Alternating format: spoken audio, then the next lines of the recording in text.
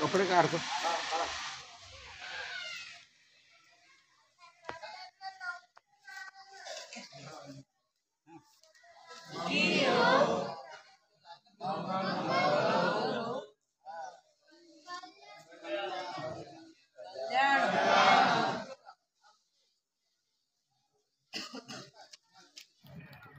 तथागत भगवान बुद्धांचा धम्म, बुद्धाचा तिन्ही काळातील श्रावक संघ, या पृथ्वीवर असणाऱ्या या अनुपम, अजोड, अतुलनीय अशा या तीन रत्नांना सर्वप्रथम वंदन. या तीन रत्नांचं दर्शन तुम्हाला सर्वांना ज्या महामानवांनी घडवलं असे ते युगंधर युगपुरुष बोधिसत्व डॉक्टर बाबासाहेब आंबेडकर आणि त्यांच्या अर्धांगिनी त्यागमाता रमाई यांच्या जीवन कार्याला आणि त्यागाला सुद्धा अभिवादन. दी बुद्धिस्ट सोसायटी ऑफ इंडिया या संस्थेचे द्वितीय राष्ट्रीय अध्यक्ष सूर्यपुत्र भैयासाहेब आंबेडकर यांच्या स्मृती सुद्धा अभिवादन.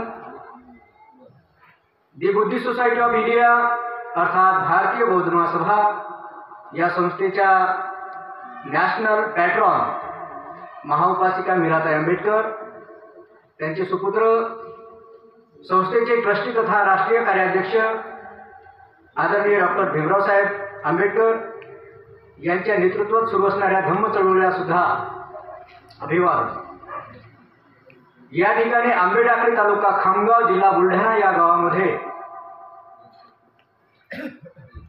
21 डिसेंबर 2023 ते 30 डिसेंबर 2023 या कालावधीत 10 दिवसीय श्रामणेर बौद्धाचार्य प्रशिक्षण शिबिराच्या निमित्तानं या शिबिराचे उपाध्याय पूजनीय बनते बी सारीपुत्तजी, चैत्यभूमी मुंबई आणि या ठिकाणी सद्धम्माच्या सेवेत असणारे पूजनीय भदंत चंद्रमणीजी आणि उपस्थित संपूर्ण श्रावक संघ यांना अंजलीबद्ध प्रणाम.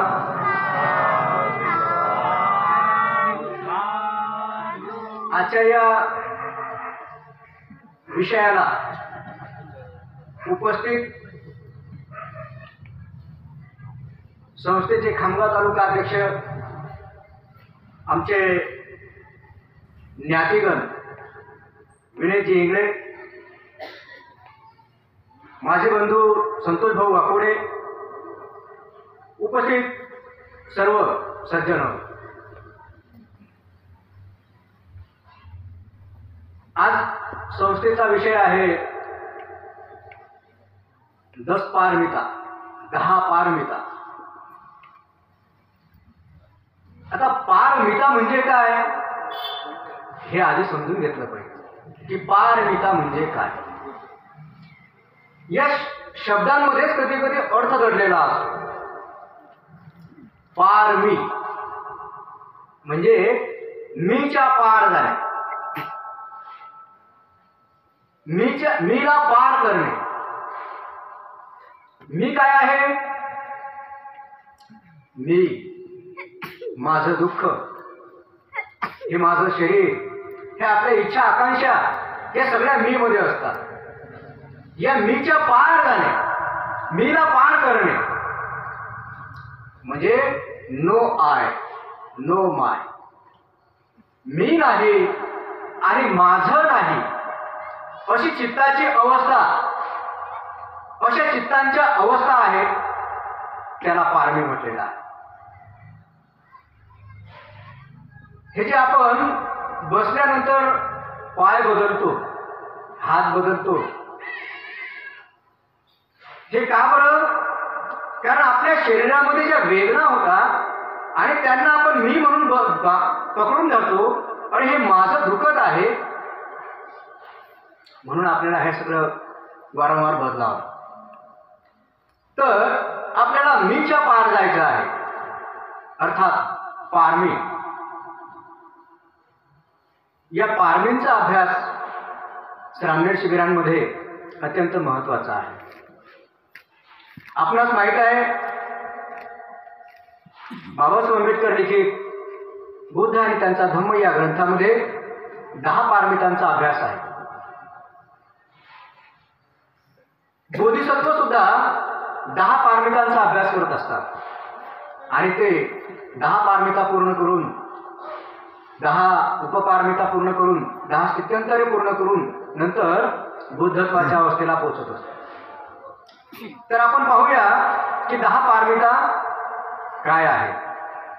तर सर्वप्रथम हे सुद्धा ध्यानात ठेवा की आपल्याला ह्या 10 पारमितांचा अर्थ जाणायचा आहे आणि ते आपल्याला मुखोद्गत सुद्धा करायचे आहे. किमान 10 शब्द, ते 10 पारमीचे 10 शब्द आपले किमान पाठ असले पाहिजे. कारण पाठ असले तर आपण त्याच्या पुढे अर्थाला जाणू, आणि अर्थाला जाणलं तर आपण जीवनात अंगीकारू. माहीतच नाही काय आहे, शील काय आहे माहीतच नाही, तर आपण जीवनात अंगीकारणार तरी कसं. म्हणून त्या 10 पारमी आहे शील, दान, उपेक्षा, नैष्कम्य, वीर्य, शांती, सत्य, अधिष्ठान, करुणा आणि मैत्री. माझ्यासोबत एकदा म्हणा, शील, दान, उपेक्षा, नैष्कम्य, वीर्य, सत्य, शांती, अधिष्ठान, करुणा आणि मैत्री. हे शब्द तुम्हाला 10 शब्द आहेत. उद्यापर्यंत तुमचे हे पाठ झाले पाहिजे. उद्या 10 शब्द मी विचारेल, उद्या येईलच, मी जवळच आहे. तर आता आपण याच्या एक अर्थाला जाणून घेऊया. आता शील हा शब्द वारंवार येतो, नाही का. शील म्हणजे नैतिकता, सदाचरण, नीतिमत्ता, पापभीरुता.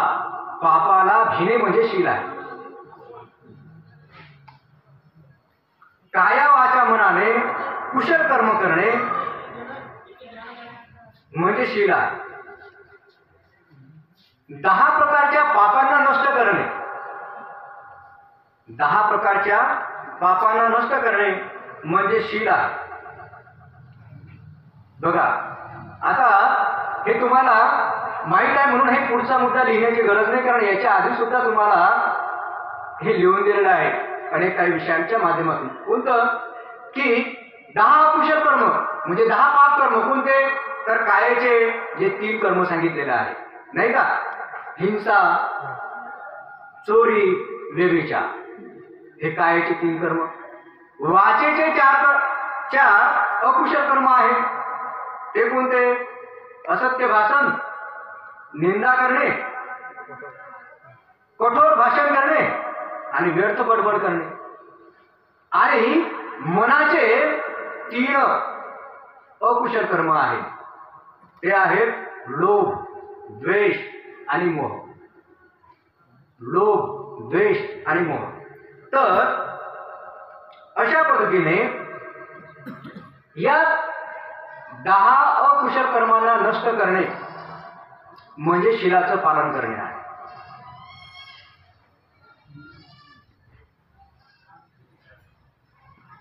आता शीलाची ओळख काय आहे. शीलाची ओळख समजून घ्या, नाही लिहिलं तरी चालेल. चेतनाशील, चैतसिकशील, संवरशील, अनुल्लंघनशील अशी 4 प्रकारे शीलाची ओळख आहे. चेतनाशील मध्ये आहे प्राणी हिंसा इत्यादीपासून विरत राहणे, नियमित त्या पद्धतीने वागणे आणि कायिक वाचिक 7 कुशल कर्म करणे म्हणजे चेतनाशील होय. अशाच पद्धतीने चैतसिकशील आहे. प्राणी हिंसा इत्यादीची इच्छा न होणे. बघा, इच्छाच नाही झाली पाहिजे प्राण्यांची हिंसा करण्याची. प्रतिहिंसा न करणे आणि लोभरहित होऊन आचरणे याला चैतसिक, मानसिक शील म्हटलेलं आहे. त्याच्यानंतरचं संवरशील आहे. जे संवरशील, पातिमोक्ष संवरशील, जे तुमच्यासाठी नाही तर भिकूंसाठी असते. जे 227 विनय त्यामध्ये सांगितलेले आहे, जे त्याला पातिमोक्ष शील म्हटलेलं आहे. दुसरं आहे स्मृती संवर. स्मृती म्हणजे कुशल आणि अकुशल याविषयी आपण सजग असलं पाहिजे. म्हणजे पहा, शील कोणी सांगेल, पण शील पालन कसं करायचं आहे, तर कुशल काय अकुशल काय, म्हणजे योग्य काय अयोग्य काय याच्याविषयी तुम्ही सदा सर्वदा अलर्ट असले पाहिजे. अलर्ट, सजग. अरे हे योग्य काय अयोग्य काय, समोर पाय करून बसणे योग्य की अयोग्य, सदा अलर्ट असलं पाहिजे. आणि हे जर तुम्ही सजग असले तरच तुम्ही शीलाचं पालन करू शकता. शील कोणी सांगेल, पण कसं पालन करायचं आहे, तर पालन करण्यासाठी तुम्हाला अलर्ट राहावं लागेल. त्यानंतर शीलाची ओळख आहे की ज्ञान संवर्शील. कोणतं शील? ज्ञान संवर्शील. आपण आपल्या प्रज्ञेने तृष्णेचे प्रवाह बंद करणे. कठीण आहे जरा, की तृष्णा समजून घेणे. काम तृष्णा, भव तृष्णा, विभव तृष्णा ह्या ज्या 3 प्रकारच्या तृष्णा आहेत, ह्या तृष्णांना समजून घेणे की आपल्या तृष्णा उत्पन्न कशा होतात. जेवता जेवता सुद्धा तृष्णा उत्पन्न होते. अरे सगळ्यांचं जेवण बाकीचं आहे, अरे त्याने तर गुलाबजामुन घेतला, आपण हे घ्यावं का, मनामध्ये उत्पन्न होते की नाही. एक छोटी तृष्णा बघूया आपण, मोठ्या मोठ्या तर आहेतच आहे. आपण घ्यायचं का, म्हणजे पोट भरलेलं असते, पण जिभेला आवश्यक असते, पोटाला आवश्यक नसते, तरीही आपण घेतो, तरीही मनामध्ये तो लोभ उत्पन्न होतो. तर प्रज्ञेने तृष्णेचे प्रवाह बंद करणे. आणि शीलाची आणखी ओळख आहे शांती संवर्शील. कोणतं शील? शांती संवर्शील. ह्यामध्ये आहे मान अपमान, शीत आणि उष्ण इत्यादी सहन करणे, म्हणजे शीलाचं पालन करणे आहे. मान अपमान सहन करायचा, मान आला म्हणून काय असं हे नाही करायचं आहे, अपमान झाला खचून नाही जायचं आहे. उष्णता आणि थंडी या दोन्हीमध्ये सुद्धा संयम असला पाहिजे. जसं मी मागच्या मध्ये सांगितलं होतं की भगवान बुद्ध एका चिवरवर थंडीच्या दिवसामध्ये राहायचे आणि रात्री शांत त्यांना झोप लागायची. तर मान अपमान, शीत उष्ण इत्यादी सहन करणे. आणि त्यानंतर आहे वीर्य संवर्षी, उत्तम कार्यासाठी उत्साह दाखवणे. आता पहा, आणखी आपण जर पाहिलं तर हे तुम्ही लिहून घेऊ शकता की 3 प्रकारे शील आहेत. 3 प्रकारे. आणखी एक आहे हीनशील. हीनशील म्हणजे काय? कीर्तीच्या आशेने पाळलेलं शील. अरे आपली कीर्ती होईल, आपला मान सन्मान होईल, 4 चौघात नाव होईल, आपला फोटो झळकेल, लोक आपल्याला म्हणतील काय शीलवान माणूस आहे. तर ते जे शील आहे त्या शीलाला हीनशील म्हटलेलं आहे. काय म्हटलेलं आहे? हीनशील म्हटलेलं आहे. आणि दुसरं शील आहे मध्यमशील. ते दुसरं शील काय आहे? ते पुण्य फळाच्या आशेने पाळलेलं शील आहे, की मला पुण्याचं फळ मिळेल म्हणून मी शीलाचं पालन करतो. ते मध्यमशील आहे. आणि तिसरं शील आहे, त्याचं नाव आहे उत्तमशील. हे शील पालन कर्तव्य समजून पाळलेलं असते, की माझं कर्तव्य आहे की मी शील पालन केलं पाहिजे. तर पहा, आता शील पालन कशासाठी? संपूर्ण बौद्ध जगतामध्ये, बौद्ध धर्मामध्ये शीलाला फार महत्व आहे. मग एवढा शीलाचा उहापोह कशासाठी? या शीलाचे 2 भाग आहेत. एक तर ते व्यक्तिगत हिताचं आहे आणि दुसरं ते सामाजिक हिताचं आहे. असे 2 शील आहेत. आता व्यक्तिगत हित कसं? समजा एक तुमचं दसशील सध्या सुरू आहे, तुमचं दररोज ग्रहण करताय. एक शील आहे तुमचं विकाल भोजना वेरमणी शिक्कापदं समाधियामि, म्हणजे मी अवेळी भोजन करणार नाही, भूक नसताना खाणार नाही, हा त्याचा सरळ अर्थ आहे. अवेळी भोजन करणार. पण अवेळी भोजन केलं, समजा गृहस्थ असेल, ब्राह्मण नसेल, भिक्खू नाही आणि गृहस्थ आहे आणि त्याने पोटामध्ये भूक नाही तरी तो खात आहे, काय होईल? अपचन होईल. त्याचा त्रास कोणाला होईल? त्या व्यक्तीला होईल. म्हणून हे व्यक्तिगत शील आहे. हे जर पालन केलं तर त्या व्यक्तीचा व्यक्तिगत वैयक्तिक फायदा आहे. आणि काही शील सामाजिक आहे की त्याने त्याचाही फायदा आहे आणि समाजाचा सुद्धा फायदा असतो. समाजामध्ये शांतता नांदते, समाजामध्ये सलोखा राहते आणि सर्व लोक गुण्यागोविंदाने राहतात. जिथे पोलिसांना जास्त त्रास होत नाही, शांततेचं राज्य, धम्मशासन ज्याला म्हणू आपण. तर यासाठी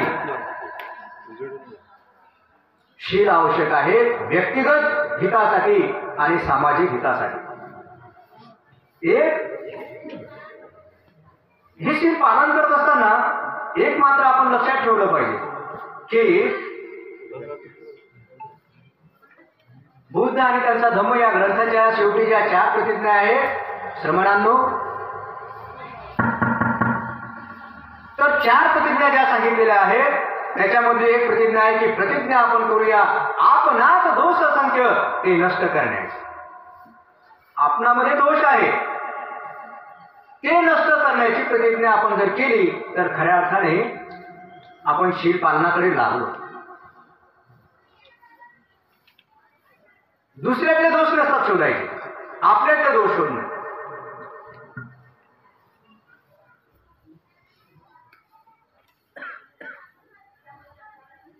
आणखी महत्वाची गोष्ट अशी आहे की शीलवान व्यक्ती हा कधीही दुसऱ्याची निंदा करत नाही.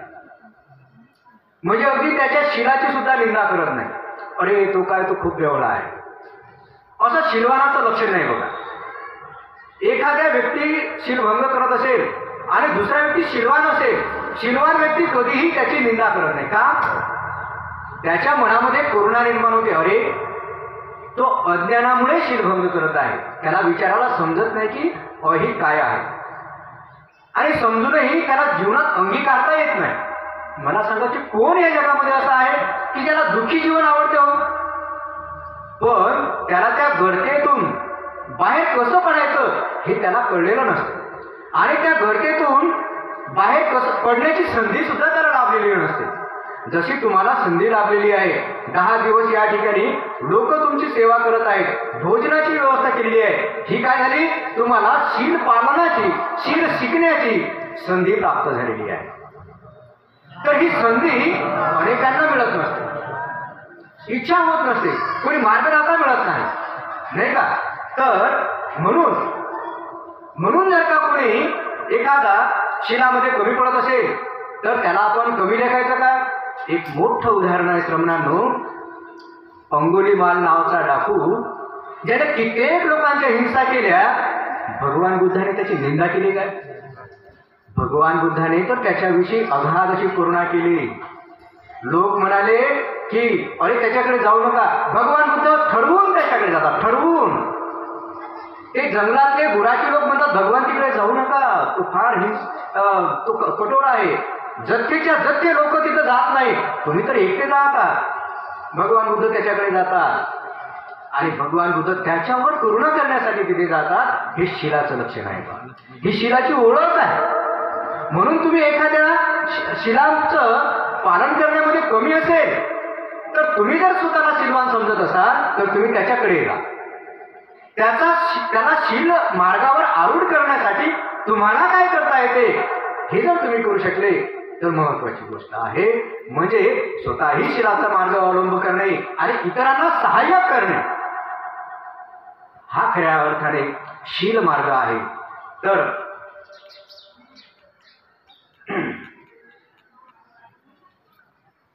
आणखी यामध्ये महत्वाची गोष्ट आहे की शील पालन करण्यासाठी 2 गोष्टीची आवश्यकता आहे, ज्याला की त्या 2 गोष्टी आपल्या मराठी भाषेमध्ये सर्व विख्यात आहे आणि पालीमध्ये त्याला म्हटलेलं आहे हिरी ओतप्प. हे पालीमध्ये म्हटलेलं आहे. काय म्हटलेलं आहे? शब्द ध्यानात ठेवा.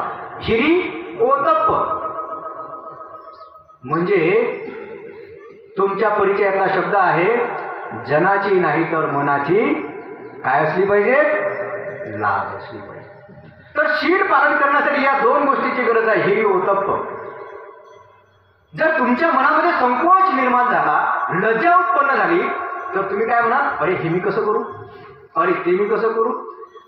यासाठी लज्जा उत्पन्न होणे अत्यंत आवश्यक आहे. तर असो, पुढे आपण बघूया. दुसरी पारमी आहे दान. दानाची व्याख्या आहे स्वार्थाची किंवा परतफेडीची अपेक्षा न करता सार्वजनिक हितासाठी, परतफेडीची अपेक्षा न करता सार्वजनिक हितासाठी यथाशक्ती दान करणे.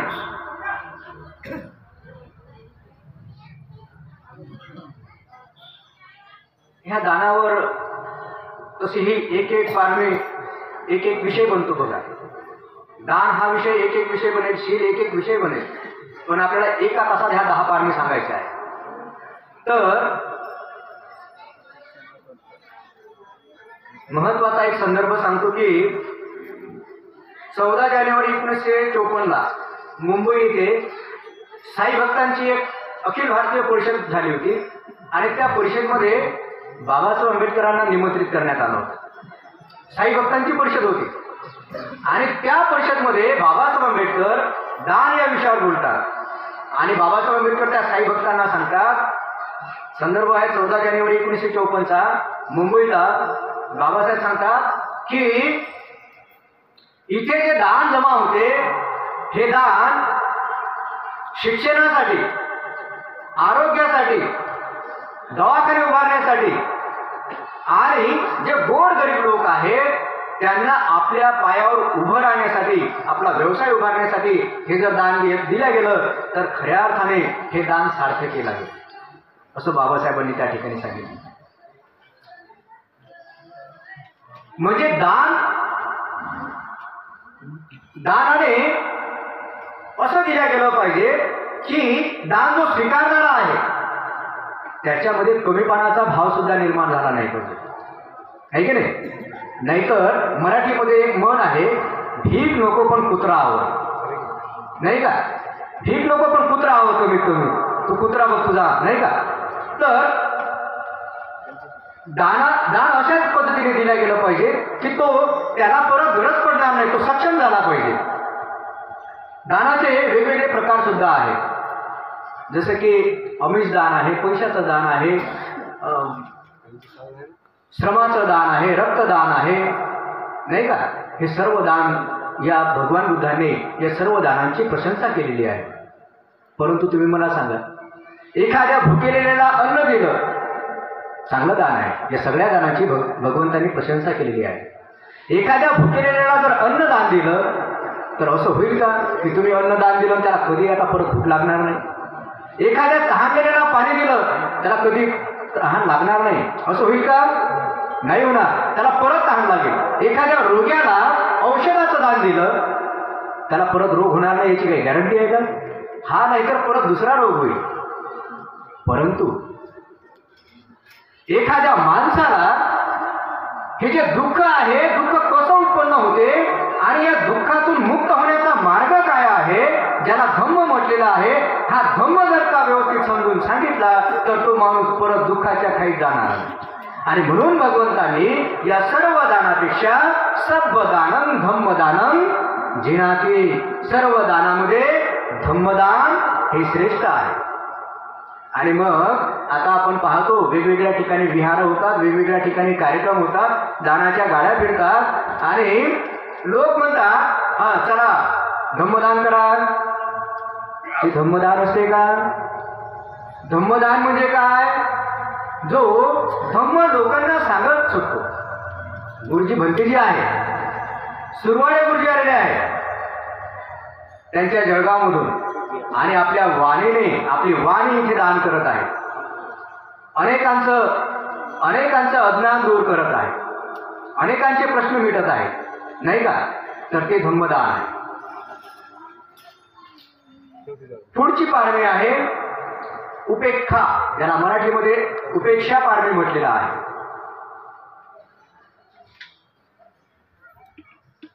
उपेक्षा या शब्दाच्या अर्थावरून आपल्याला असं वाटते की उपेक्षा म्हणजे उदासीनता काय, पण उदासीनता याचा अर्थ होत नाही. औदास्याहून उदासीनतेहून एक वेगळी अवस्था आहे पहा, आणि ती चित्ताची अवस्था आहे. चित्ताच्या वेगवेगळ्या अवस्था असतात, नाही का? कधी तुम्हाला ध्यान करावं असं वाटते, कधी करावं असं वाटत नाही. कधी तुमचं मन या विषयामध्ये रमते तर कधी रमत नाही. हे काय आहे? चित्ताची अवस्था आहे. ह्या अवस्थांना तुम्ही सहजच जाणता. तर ही उपेक्षा म्हणजे काय आहे? तर आवडही नाही आणि नावडही नाही अशी असणारी चित्ताची अवस्था. पण जरा कठीण आहे ना? आवडही नाही आणि नावडही नाही असं होते का कधी?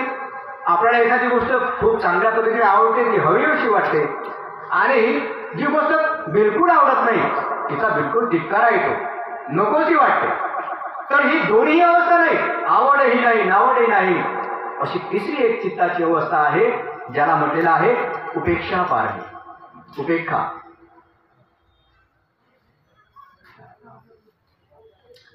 चौथी पारमी भगवंतांनी सांगितलेली आहे. या तिसरी पारमी जी आहे उपेक्षा, मनाचा समतोलपणा आहे. उपेक्षा पारमी म्हणजे काय? मनाचा समतोलपणा. चौथी पारमी आहे नैष्कम्य, निष्क्रमण पारमी. नैष्कम्य म्हणजे ऐहिक सुखाचा त्याग करणे. जे भौतिक सुख आहे या भौतिक सुखाचा त्याग करणे आणि दुसऱ्याच्या भल्यासाठी जीवन जगणे, घरदार त्याग करणे. आता भक्तीचे लोक आहेत हे निष्क्रमण पारमी ते जगत आहेत, नैष्कम्य पारमी आहे. आता तुम्ही लोक 10 दिवसासाठी का होत ना, पण चिवर धारण केलेला आहे आणि गृहहीन झालेला, घर सोडलेलं आहे, म्हणजे 10 दिवसासाठी का होईना या नैष्कम्य पारमितेमध्ये मार्गक्रमण करण्याचं, चालण्याचं काम तुम्ही या ठिकाणी करत आहात. एखादा व्यक्ती गृहस्थ कितीही विद्वान असेल तर तो गृहस्थीच आहे, तो नैष्कम्य पारमीचा अभ्यास करू शकत नाही. पण तुम्ही 10 दिवसासाठी का होत ना या विहाराच्या परिसरामध्ये राहा, गृहहीन होऊन, श्रावक होऊन, श्रामणेय होऊन तुम्ही जीवन जगत आहात. तर सिद्धार्थ बोधिसत्वाने महाभिनिष्क्रमण केलं, नाही का? ह्या सर्वच्या सर्व पारमिता तथागत भगवान सिद्धार्थ बोधिसत्वाने फार मोठ्या पद्धतीने पूर्ण केलेल्या आहेत. 5वी पारमी आहे वीर्य.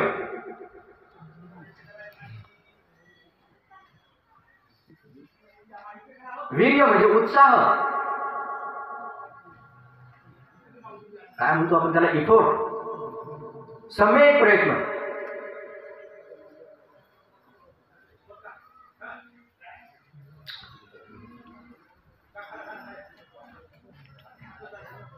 सहावी पायरी आहे पारमी आहे शांती पारमी. खंती,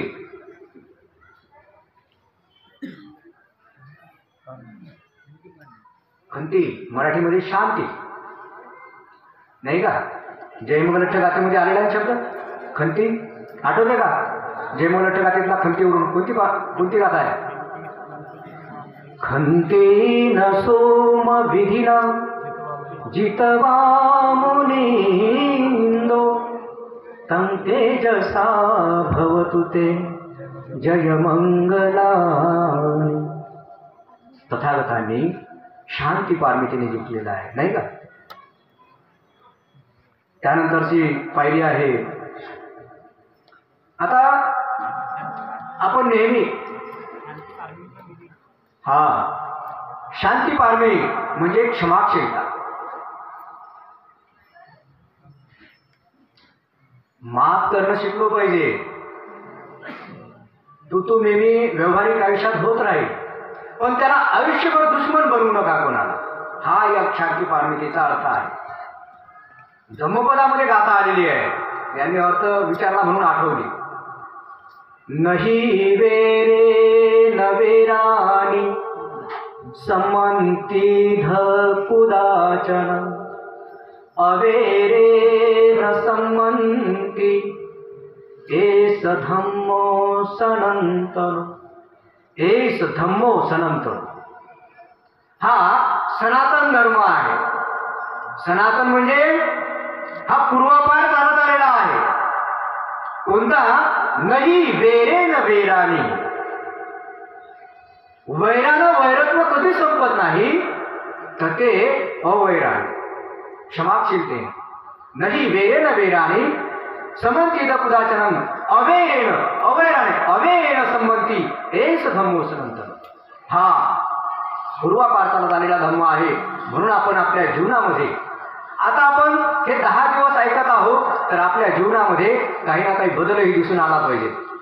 लोकांना वाटलं पाहिजे की 10 दिवस गेले, हे सामील झाले, अरे खरंच बदल झाला.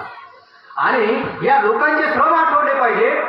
म्हणजे याच्या अगोदर ते आपण पाहिलं की आपण शीर पालन करत असताना अलर्ट असलो पाहिजे.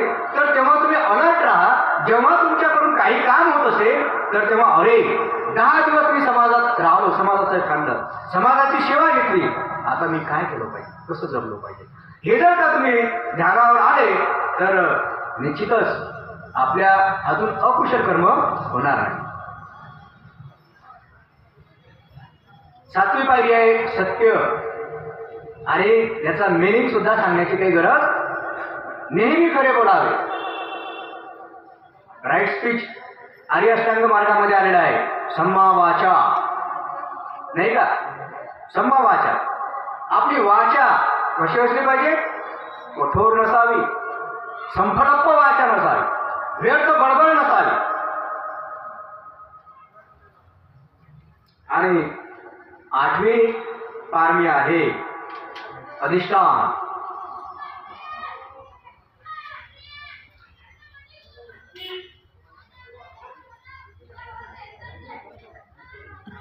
अधिष्ठानचा अर्थ आहे ध्येय गाठण्याचा दृढ निश्चय.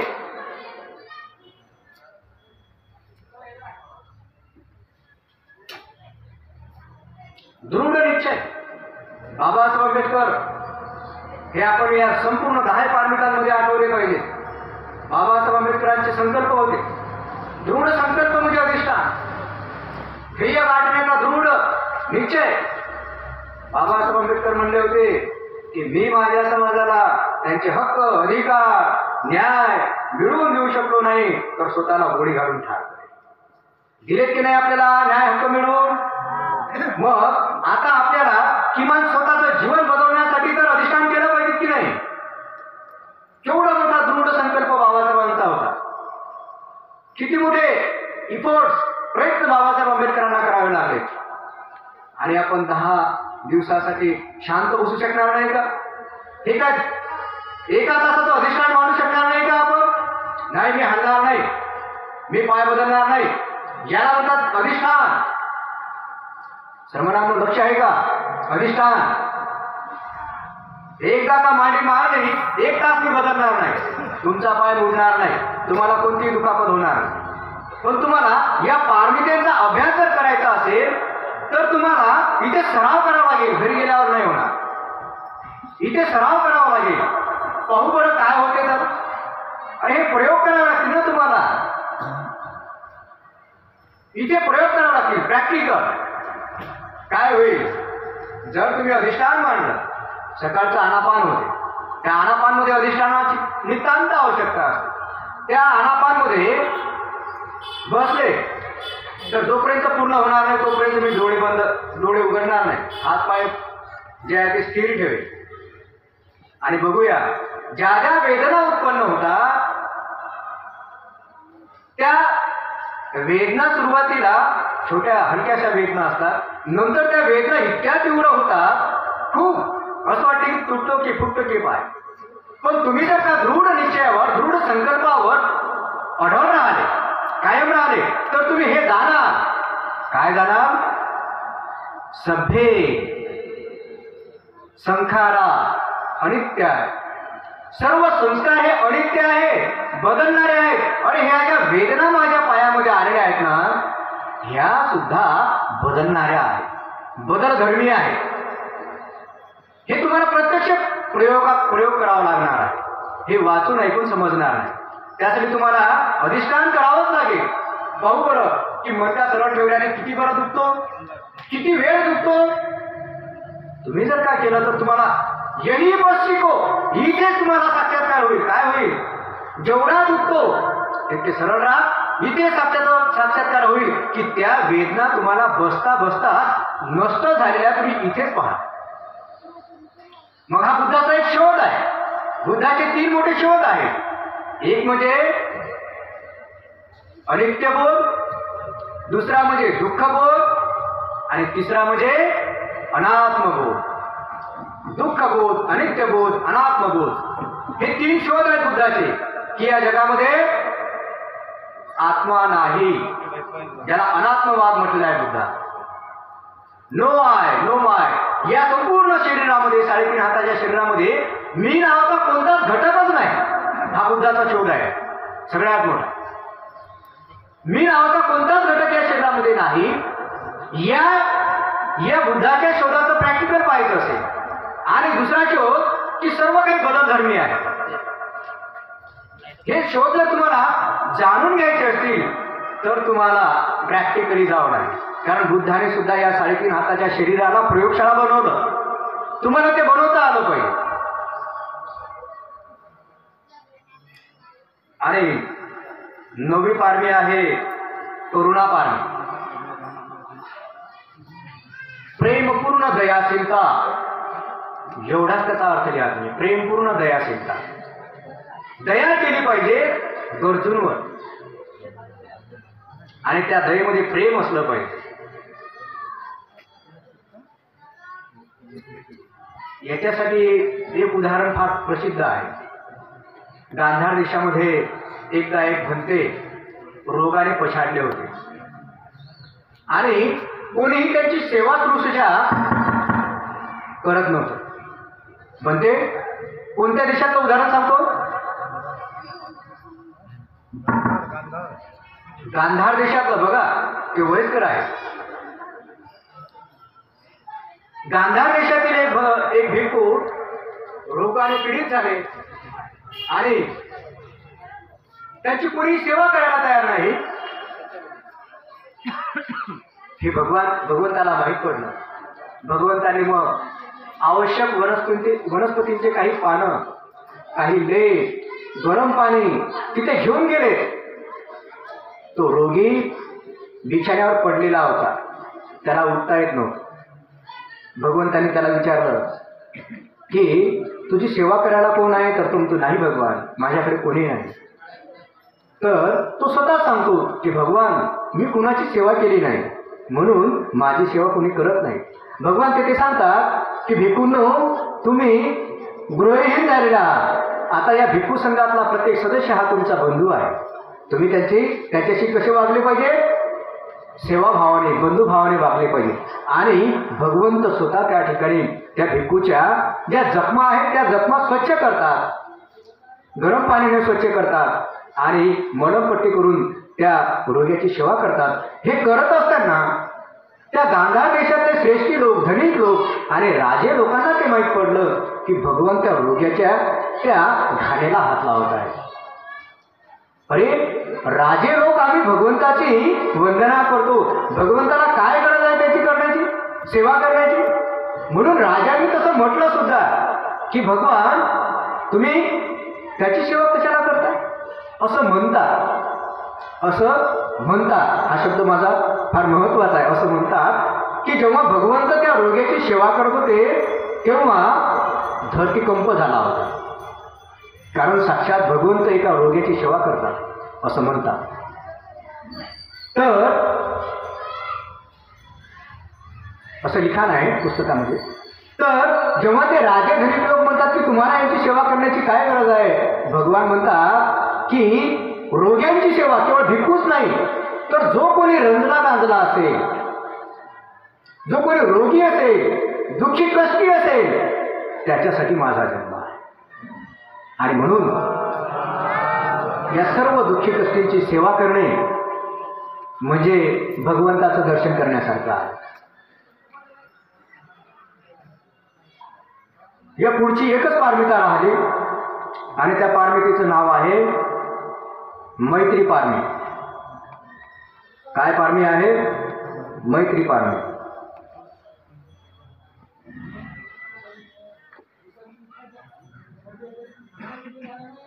मैत्री म्हणजे आपल्या मित्रावर प्रेम करणे एवढ्यापुरती मर्यादित नाही.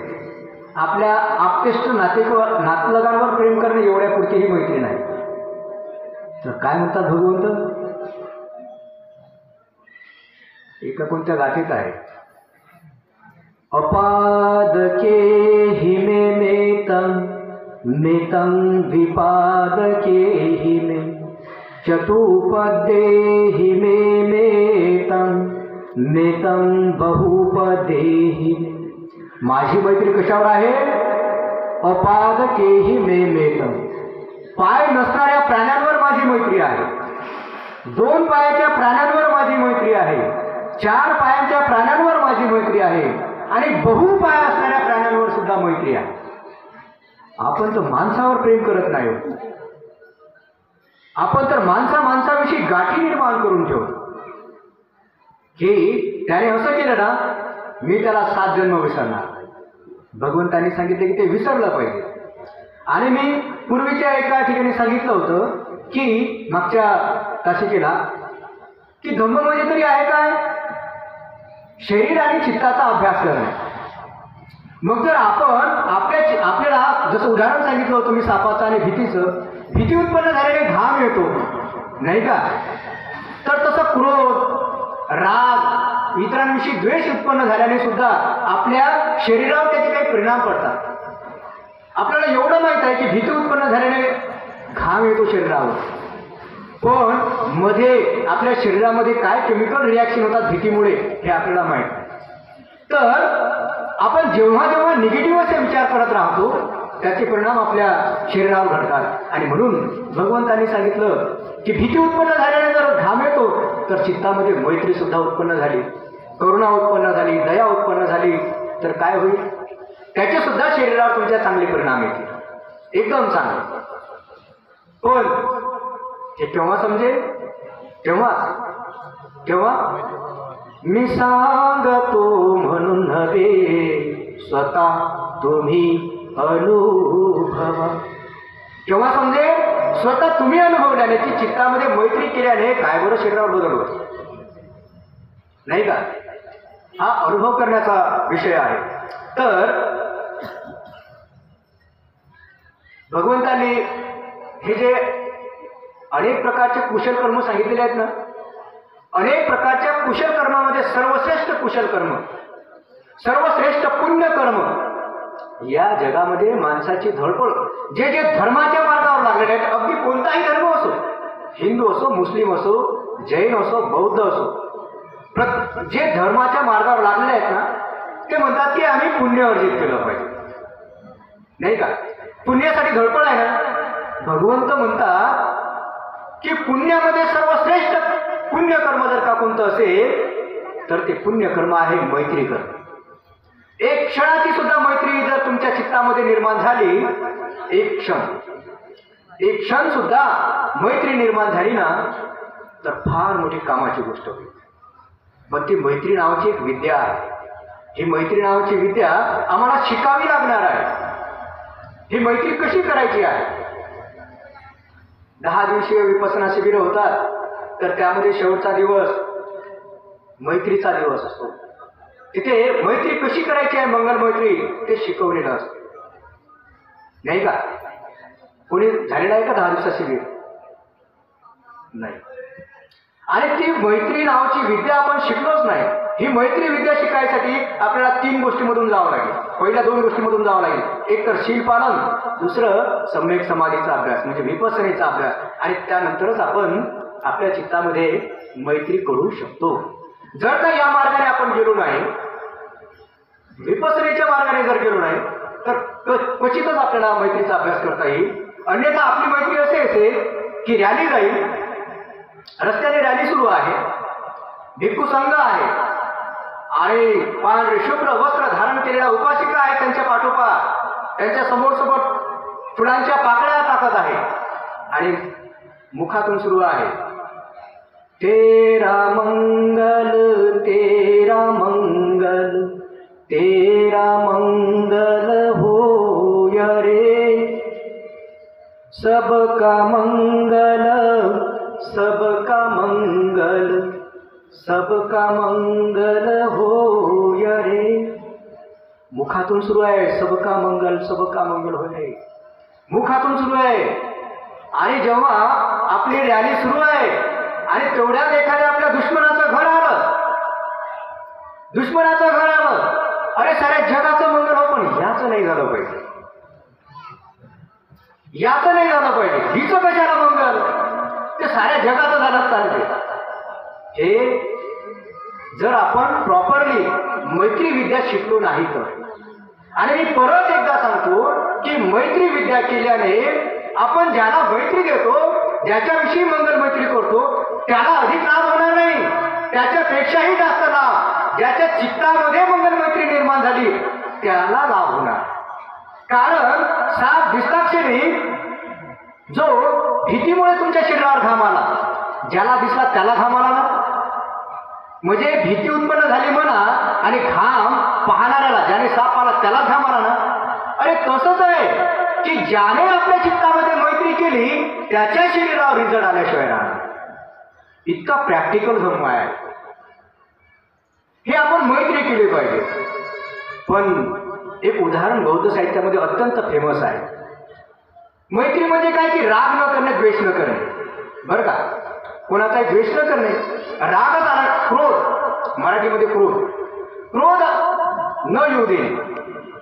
मग बौद्ध साहित्यातलं एक उदाहरण फार फेमस आहे. ते कोणतं माहिती आहे का, की एक श्रावस्ती नगरीमध्ये विदिशिका नावाची एक चांगली स्त्री होती. विदिशिका, श्रावस्ती नगरी. आणि ती चांगला धम्ममार्गाचा आचरण करण्याचा प्रयत्न करायची. तिच्या घरी काली नावाची एक दासी होती. कोणत्या नावाची? त्या दासीचं नाव होतं काली. आता ही काली नावाची दासी तिच्या घरी दासी होती आणि ती दररोज काम करायची. तिच्या मालकीला कधी म्हणजे क्रोध येत नसे. तिची अशी चर्चा होती की ही बाई आहे ना, चांगली धर्मातली बाई आहे, संघातली बाई आहे, विहारात जाते, हिला कधी म्हणजे क्रोध येत नाही. मग हिने ठरवलं, बरं हिला क्रोध येत नाही का. मग या कालीने ठरवलं की ते दुसऱ्या दिवशी जे तिचं वेळेवर उठायचं काम करायचं आहे ते दुसऱ्या दिवशी वेळेवर उठलीच नाही. मग ती श्री म्हणते, विदिशिका म्हणते, कागद आली तू उठली नाही. अहो म्हणते जरा उशीरच झाला. बर, पहिल्या दिवशी ठीक आहे. दुसऱ्या दिवशी परत काली वेळेवर उठत नाही. ती म्हणते कागद आली तू उठली नाही वेळेवर, आपले कामं तसेच राहिले, ते कामं आता पोहोच बरं. मग ही कामं सुद्धा करत नाही आणि कामं करताना चुका करत. दुसऱ्या दिवशी तसंच. तिसऱ्या दिवशी उशिरा उठते, कामं चुकवते, काही वस्तूंची नासधूस करते, मुद्दाम पाहते बरं हिला राग येते का. आणि चौथ्या दिवशी परत जेव्हा करते ही एकदम रागाने लागुंद होते.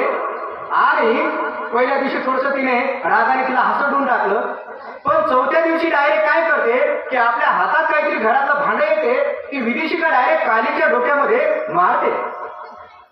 आणि मारल्यानंतर ती रक्तबंबाळ होते. रक्तबंबाळ होऊन ती काय करते, गावात सांगत सुटते ना. काय सांगत सुटते, ही पा धम्मवान बाई, ही पा विदेशिका, हिला क्रोध येत नाही, हिने माझं रक्तबंबाळ केलं मला. बघा या कथेत दोन पैलू आहेत. एक तर तिला राग यायला नाही पाहिजे, नाही का, म्हणजे मैत्री तीच आहे की राग यायला नाही पाहिजे. पण दुसरी गोष्ट आहे की ती काय बुद्ध झाली का सध्या, ती का अर्हत झाली का, ती मार्गावर आहे, ती चालण्याचा प्रयत्न करते आहे. पण लोक तुमची परीक्षा घेतील. लोक मुद्दाम परीक्षा घेणारे लोक आहेत, लोक मुद्दाम.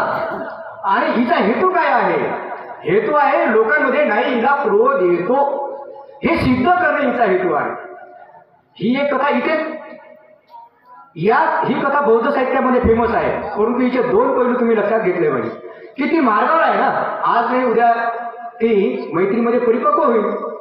पण तिला क्रोध येतच म्हणजे कसा येणार नाही असे जर मुद्दामच प्रयत्न केले तर बिचारी ती काय अर्हत पदाला तर पोचलीच नाही.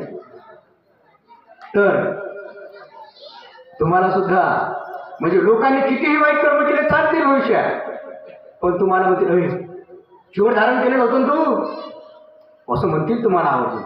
म्हणजे त्याने काही केलं चालेल पण तुम्ही नाही. तुम्हाला थोडंसं सुद्धा असलं तर लोक तुम्हाला म्हणतील. म्हणून तुम्हाला अलर्ट राहणे आहे. आणि या ठिकाणी आपले शास्त्र, आपले मार्गदर्शक तथागत भगवान बुद्ध आहेत, त्यांच्या मार्गदर्शनानुसारच आपण हे सगळं करत आहोत. तर आपण ध्यानात ठेवलं पाहिजे की आपल्या शास्त्राची मैत्री ही सर्पावर होती. हो, सरपटणाऱ्या प्राण्यांवर, भरपूर पाय असणाऱ्या प्राण्यांवर होती. ती जय मंगल गाथेतलं आणखी एक मैत्रीचं उदाहरण आहे. नालागिरी गजवरम अतिमहत्तभूतम दावकी चक्कमसनी वसुधारुणंतम. है ना? हाँ, नेतंबुसेक विधिना जित्वा मुनिंदो तम तेजसा भवतु ते जय मंगलानि. नालागिरी गजवरम अतिमत्त भूतम.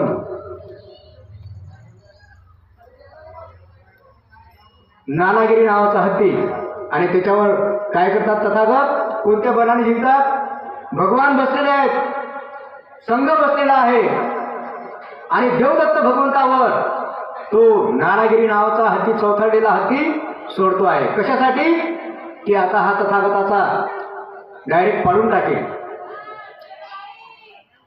असं पहिल्यांदा होते भगवंताच्या काळात की भगवंत असे बसलेले आहेत आणि तो समोरून नालागिरी हत्ती येत आहे.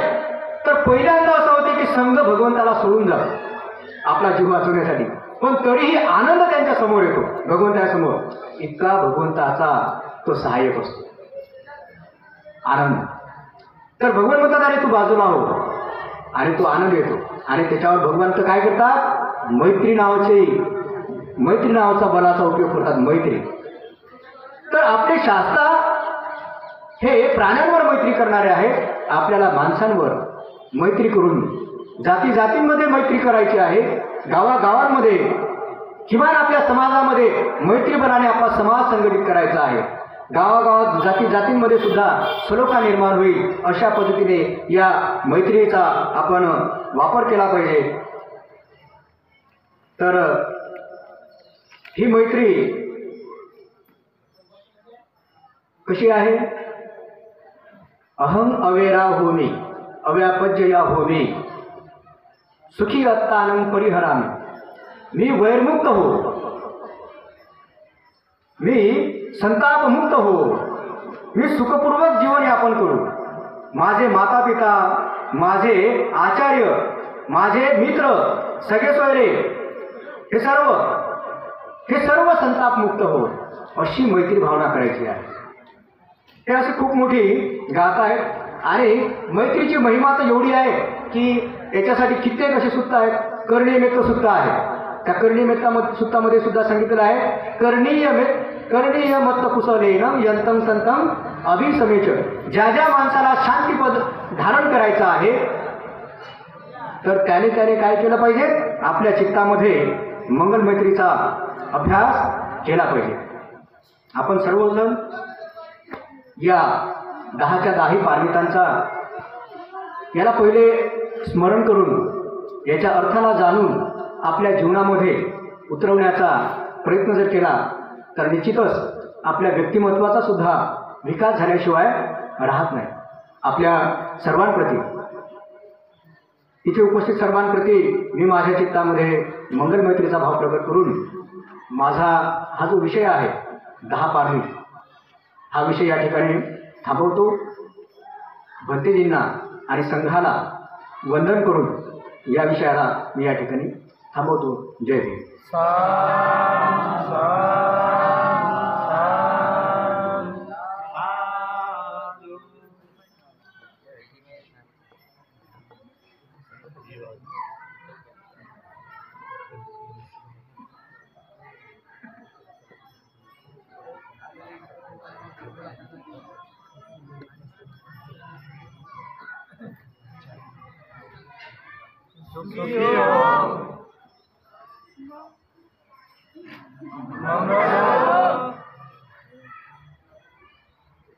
कल्याण